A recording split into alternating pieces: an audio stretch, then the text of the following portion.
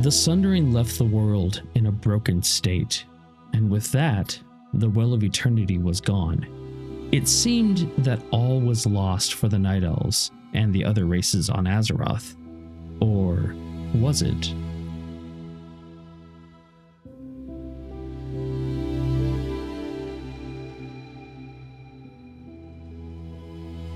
It's important to mention that this video is a continuation of an abridgment series following the Warcraft Chronicle books.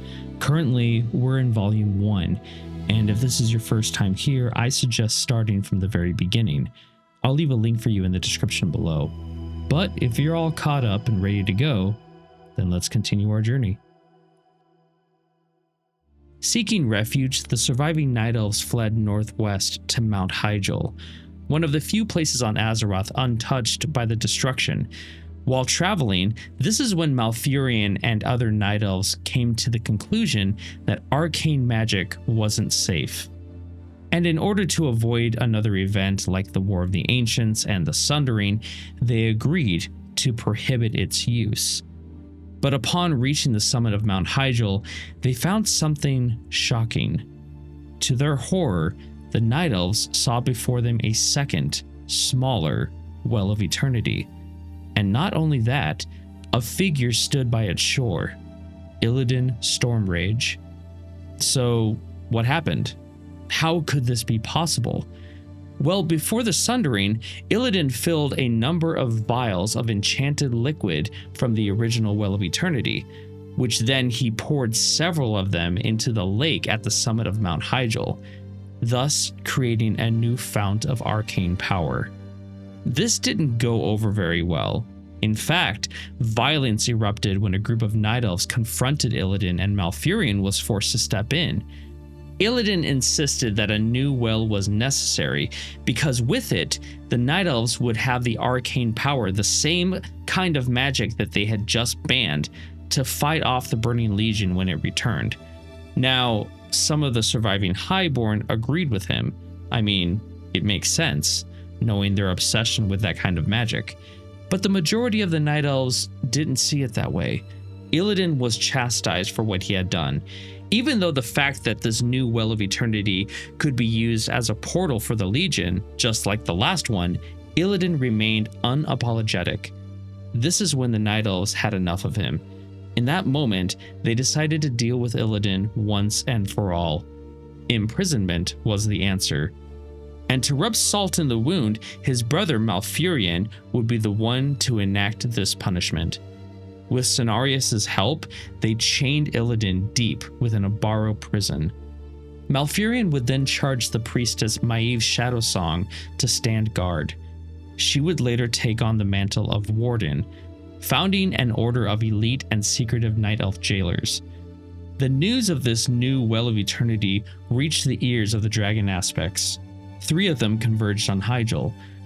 They knew, just as the Night Elves did, that sure enough, this could be used as a portal for the Legion.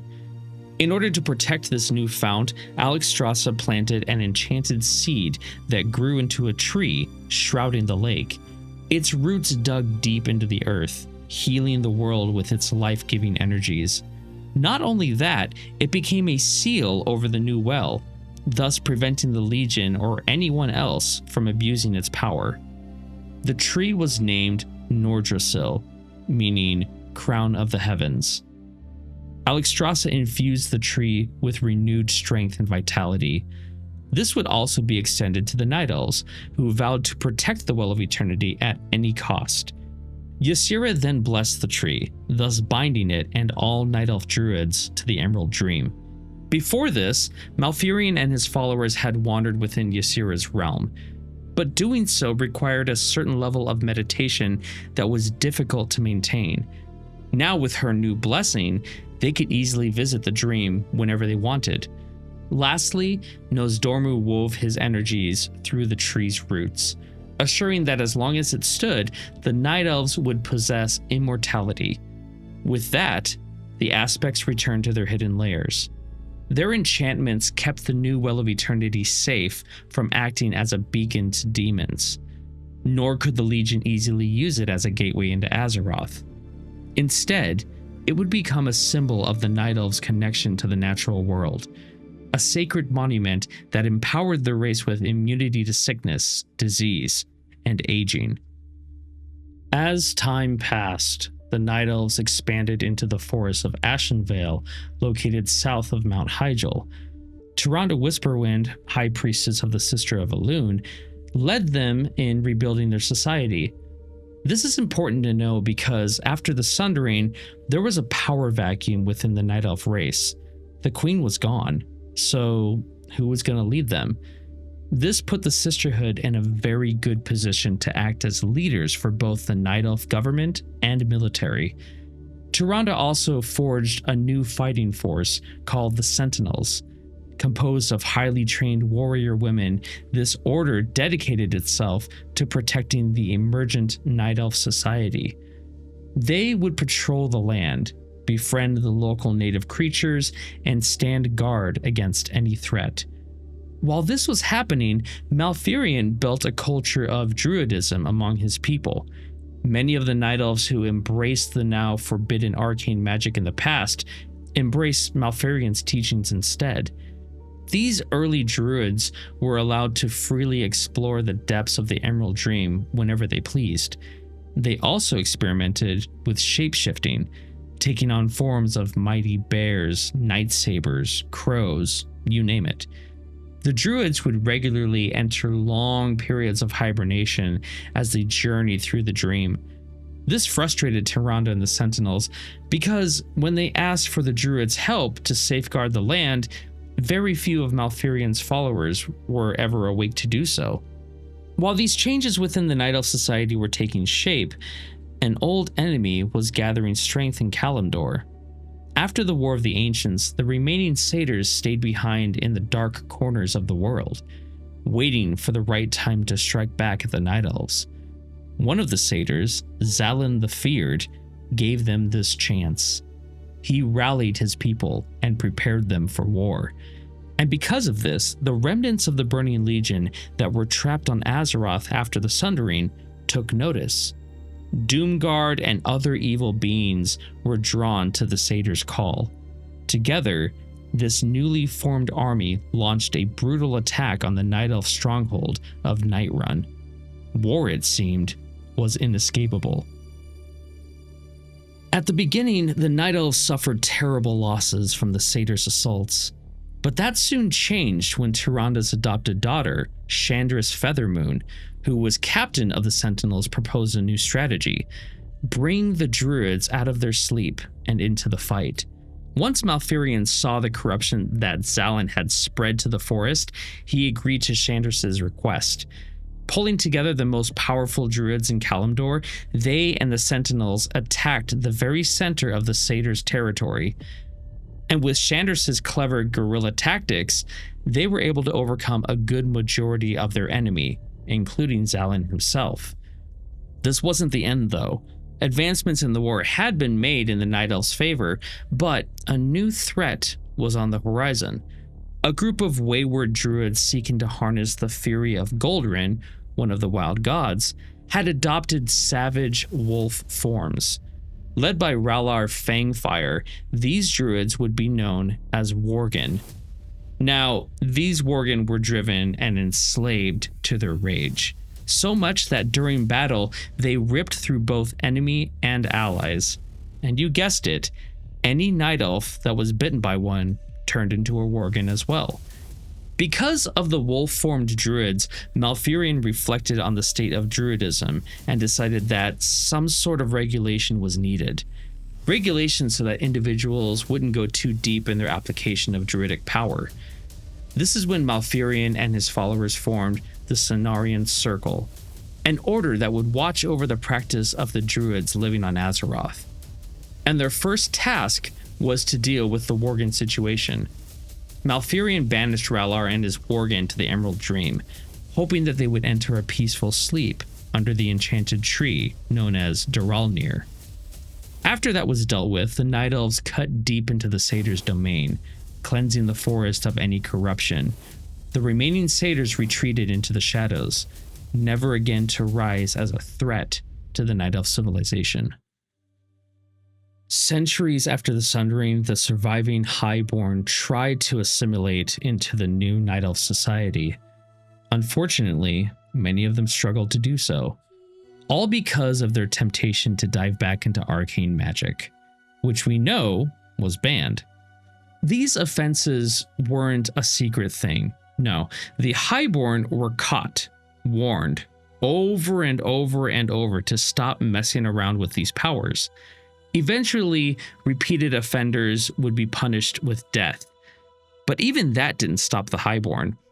The call of arcane energy was too strong for them to ignore. This is when Dath'Remar Sunstrider comes into play. He came from a long line of illustrious Highborn, specifically those that served the Night Elf throne. His ancestors chose the name Sunstrider to symbolize their preference to delve into the unknown, a name that was completely opposite for a race that worshipped the moon goddess Elune. They were known for breaking expectations and throwing caution to the wind in search for greatness. Dath'Remar was a Highborn who really didn't agree with the restrictions that the Night Elves put in place. Eventually, he declared that arcane power was a birthright of the Highborn, and that anyone who feared it was a coward. So, he and his followers began experimenting with the arcane arts, regardless of the Night Elf laws. Basically, this rebellious group said, "What are you going to do about it?" But using this form of magic wasn't just an act of disobedience. Dath'Remar and the other Highborn always believed that Night Elves were destined for nothing but greatness. They felt that their kind could rise again and establish a new mighty empire. But in order to do so, they would need to revive the study and use of arcane power. Because there were so many who suddenly and defiantly followed down this path, the whole of the Night Elf society didn't have the heart to sentence that many people to death. These were their brothers and sisters. They were close. So in order to circumvent this, the Highborn were barred from setting foot on Mount Hyjal ever again.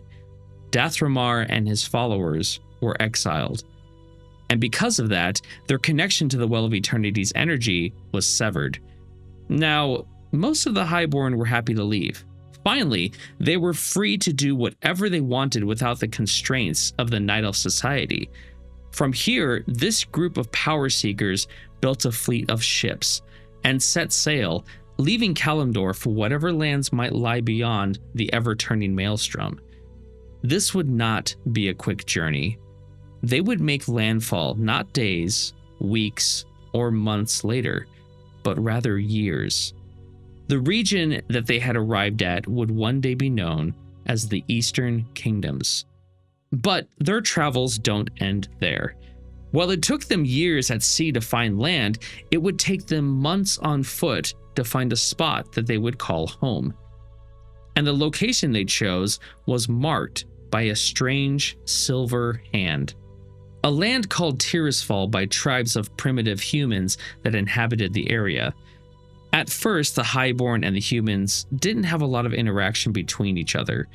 But as time went on, the original inhabitants of the land began to tell the Highborn legends of a brave metal-skinned guardian named Tyr, one who sacrificed himself to kill a monstrous foe in Tirisfal.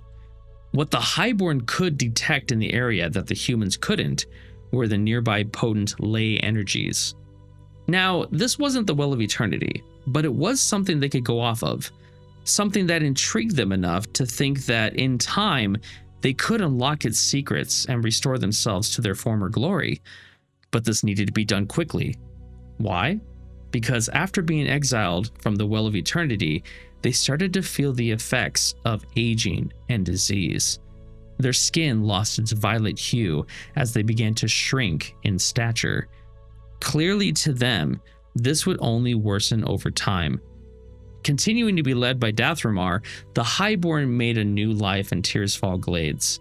Things were peaceful in the independence they had secured for themselves.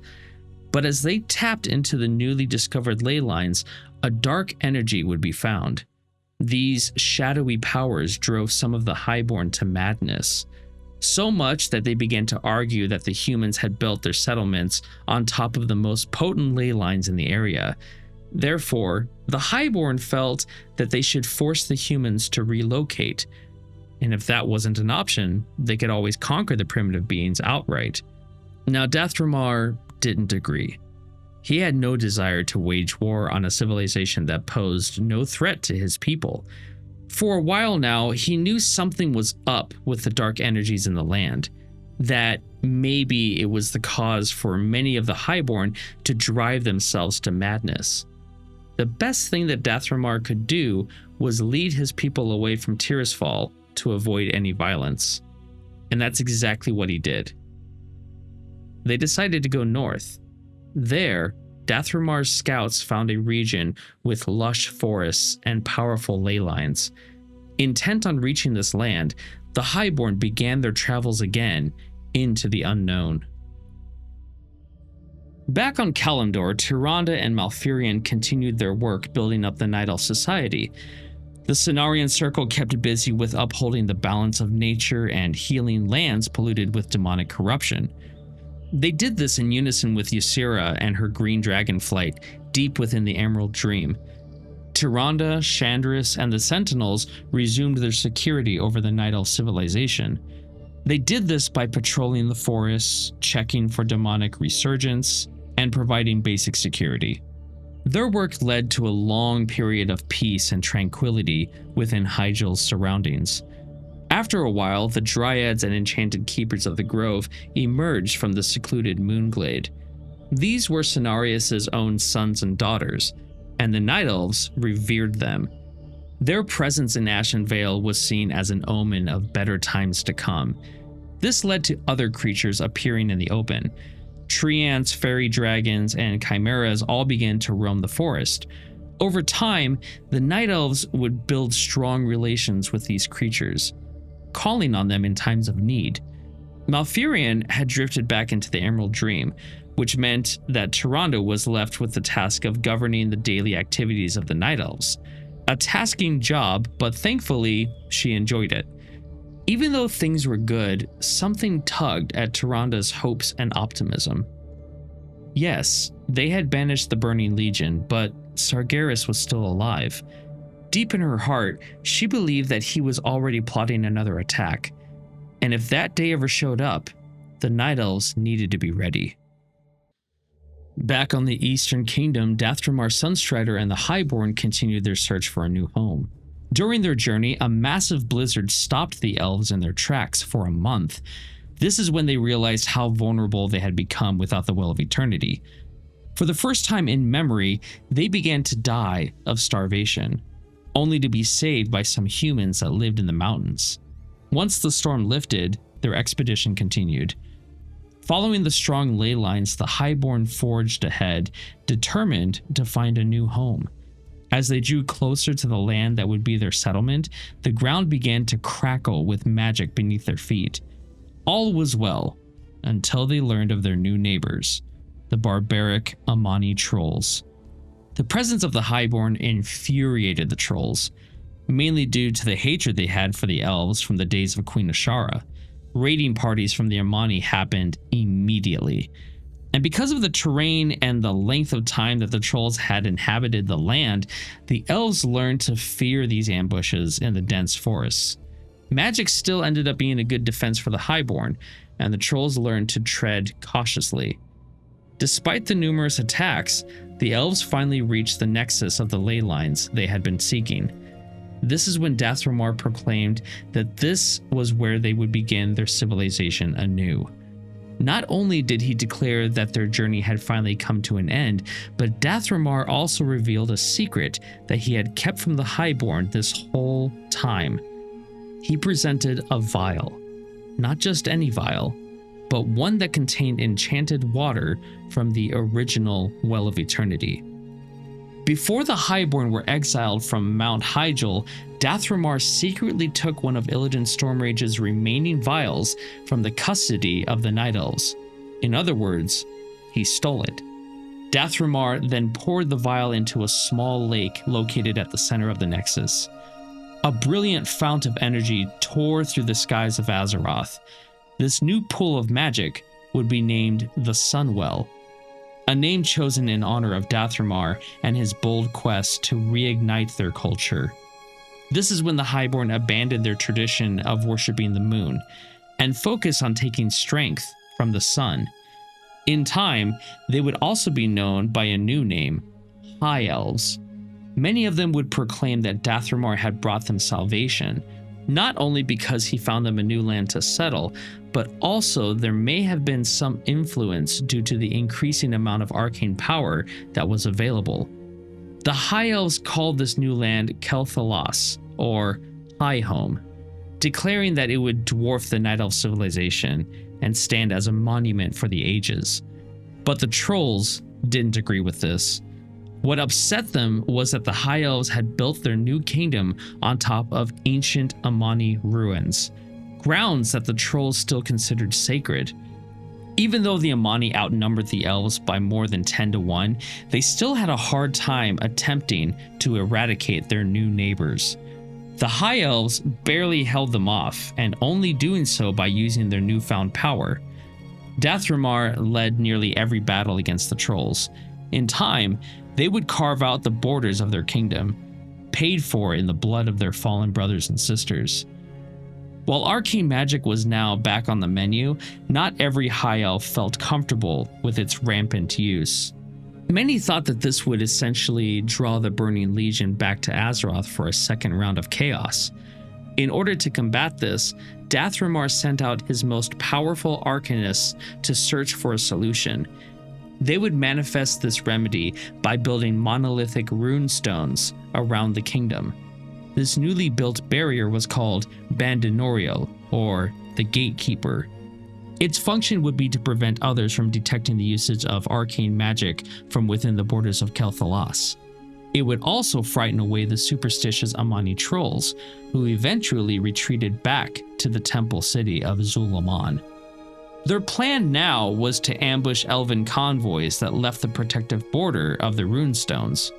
That way, they would save more lives rather than launch a full-scale assault on Quel'Thalas. But an elite group of High Elf Rangers soon rose up to combat this threat. Inside the borders of Quel'Thalas, civilization thrived. Magic was in abundance, and the fear of using it was no longer a worry. They even created an environment that forever set the land in a state of springtime, thus never having to deal with a winter storm like they did in the past on their journey to the north. Their capital, Silvermoon City, became a shining monument to the memory of the elves' ancient empire. Dath'Remar had done what he set out to do. Feeling accomplished, he stepped down as leader to his people, passing on the ruling of the kingdom to his bloodline, a kingdom filled with peace and prosperity. But this wouldn't last forever. His great-grandson, Anasterion, would come to power at a time when his people faced war with the trolls once again. Not all of the Highborns left with Dath'Remar in search for a new home. When the Sundering occurred, those that were living in the city of Shandaral were very much displaced from the Night Elves. Now, they dwelled in the harsh, cold land of Northrend. Secluded in isolation and cut off from their distant cousins in Kalimdor and the Eastern Kingdoms, these Highborn had no connection to the new Well of Eternity in Hyjal or the Sunwell in Quel'Thalas. This left them vulnerable to disease and other ailments.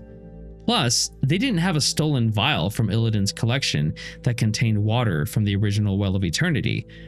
They were lost, desperate, and because of this, the Highborn scoured the surrounding forest of Moonsong for anything that could sustain them. This is when they witnessed members of the Blue Dragonflight using spells to crystallize living things and draw power from them. While these dragons were acting out of curiosity, the elves saw this as a remedy to their problem, that being their craving for magic and sustainability. In order to mimic what was being done here, the elves needed to learn from the dragons. Attempts to bond with them failed and sometimes led to acts of hostility. So, the Highborns infiltrated their lair, the Nexus. This led them to learn their techniques, But that wasn't enough. Greed seeped in and drove them to return, taking more than what they had come for. Many of the most powerful relics within were stolen, which triggered magical wards, sending the blue dragons into a frenzy. While the Highborn were successful in escaping the Nexus, they knew that they would be hunted, and it wouldn't be long before that day arrived. The blue dragonflight attacked Shandaral. Out of desperation, the Highborn elven sorcerers gathered on an icy cliff overlooking Moonsong. There, they agreed to combine their powers and use their newly found technique. Their hope? To crystallize a small portion of the forest and use its energies as a weapon to annihilate the dragons. The spell was a disaster. The Highborn's reckless casting set off a blinding explosion that was visible all the way from Kalimdor and the Eastern Kingdoms. Moonsong was instantly crystallized, but the blue dragons sensed the botched spell before it went off and were able to escape. As for everyone else in the area, their forms were shattered by the release of energy, but their spirits were left intact, cursed to mindlessly wander the now beautifully haunted land that would be known as Crystalsong Forest. Not only were the mortal races on Azeroth affected by the Sundering, the old gods actually benefited from it. The tectonic devastation rattled and weakened their underground prisons. This enabled tendrils of corruption to seep from their layers into the world's surface. Yogg-Saron in Northrend saw some of the most severe effects.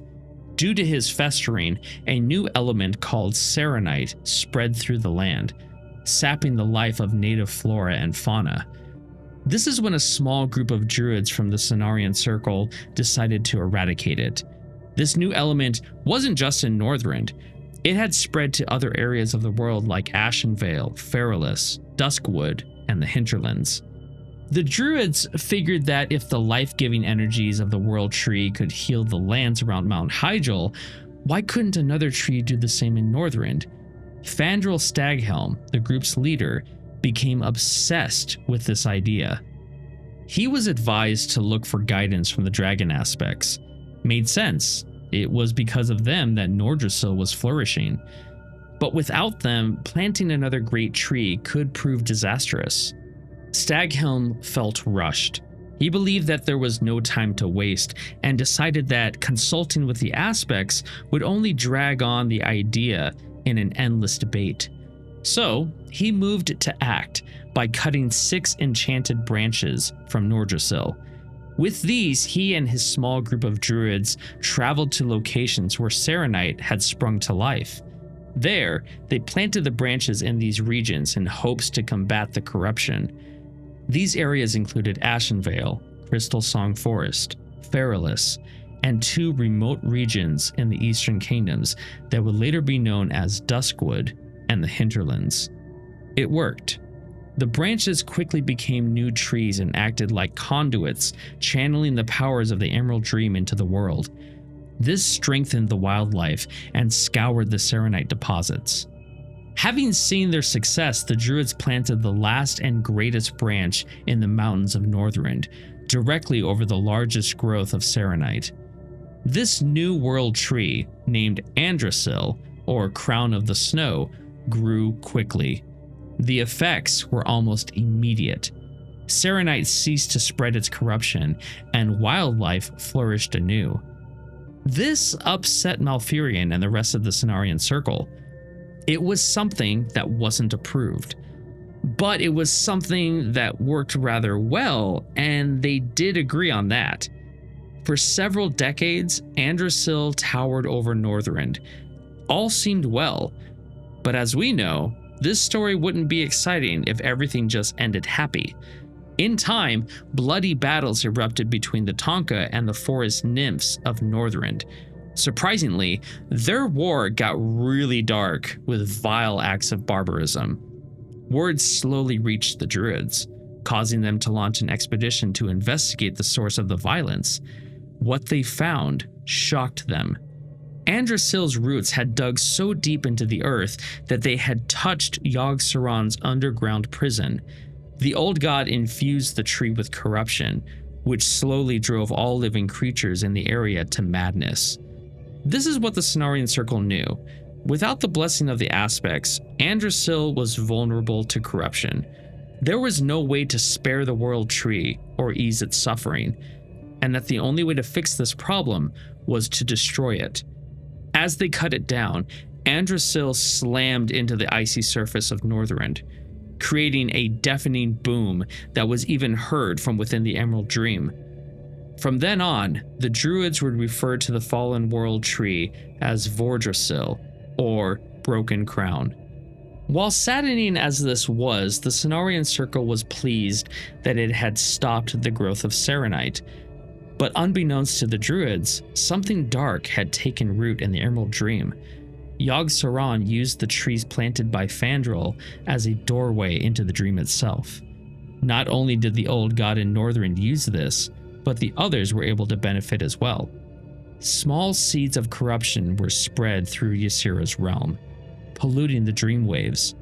This marked the beginning of what would become known as the Emerald Nightmare. The Night Elves, High Elves, and Displaced Highborn were not the only races doing something on Azeroth during this time. While wars raged and civilizations rose, the Earthen kept to themselves. Some remained isolated underneath the mountains of Northrend.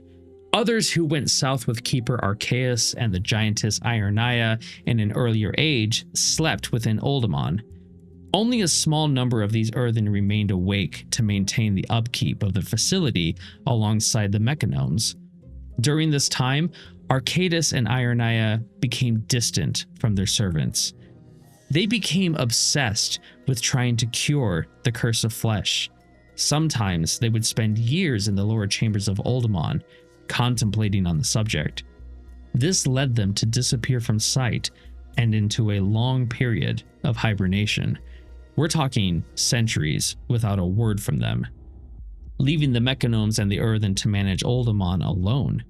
When the Sundering happened, many of the active Earthen felt the pain of the broken world as their own, pushing them to make the decision to hibernate with their sleeping brethren in the deep chambers below, leaving the Mechagnomes alone and fully in charge of watching over Uldaman. Eventually, they were fully affected by the Curse of Flesh, causing many of them to degenerate into fleshy beings simply known as Gnomes. Because of this change, they lost all sense of purpose and abandoned the halls of Uldaman, fleeing into the surrounding mountain peaks and caverns.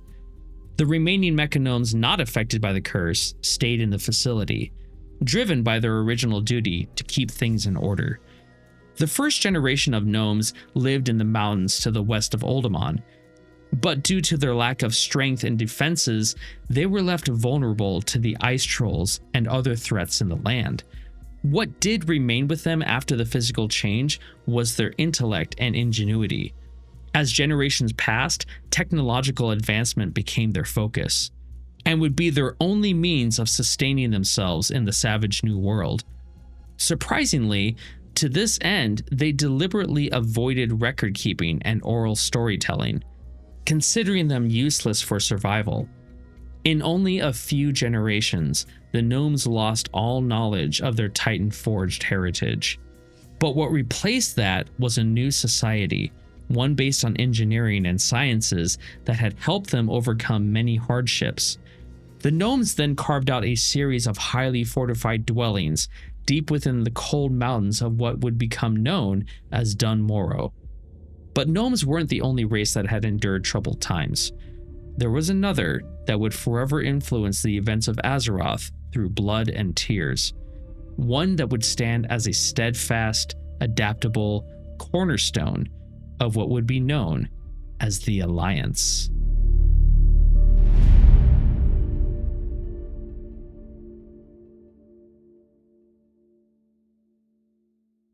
Thank you so much for watching this video. If you like this kind of content, make sure to like and subscribe. And if you'd like to support the work that I'm doing, please check out my YouTube, Patreon, or Twitch memberships. And a big shout out to all the names on the screen here. You mean so much to me. Thank you so much for your help. And with that, I'll see you guys next time on the Tales of Azeroth.